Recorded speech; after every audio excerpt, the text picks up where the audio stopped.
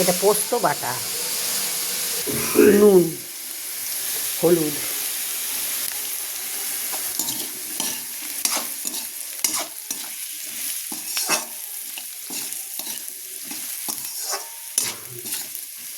যে পোস্তটা বেটে রেখেছিলাম পোস্তটা দিয়ে দিলাম।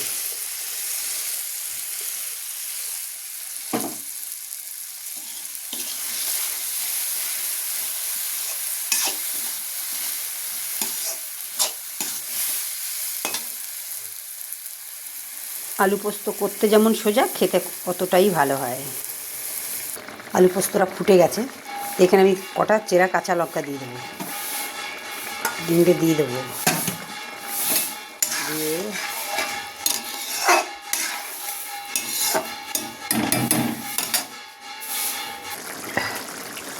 ধনে পাতা। হয়ে গেছে ডিম পোস্ত, ডিম আলু পোস্ত।